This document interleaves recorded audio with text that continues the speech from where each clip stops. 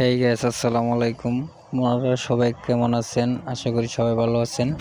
আমরা বিকেলবেলা একটু বাজারের দিকে যাচ্ছিলাম।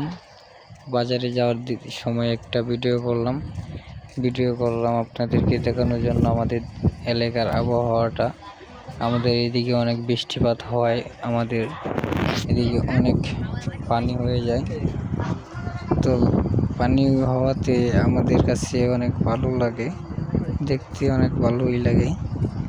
তো এদিকে আমরা সবাই বাজারের দিকে যাচ্ছি। আমি আসছি, তারপর আমাদের বড় ভাই দুইজন, ছোট ভাই দুইজন, আমরা সবাই মিলে একসাথে বাজারে যাচ্ছি।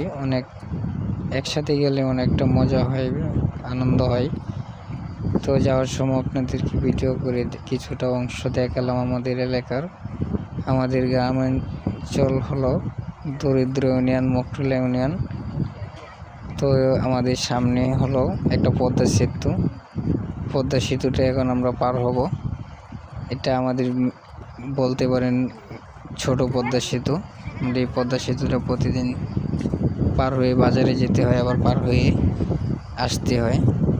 দেখেন কিভাবে পার হয়ে আমরা এই জায়গাটা পার হতে অনেক কষ্ট হয়, অনেক মনের ভিতরে ভয়ও কাজ করে যে কোন সময় জানি ভেঙে পড়ে যায় পানিতে।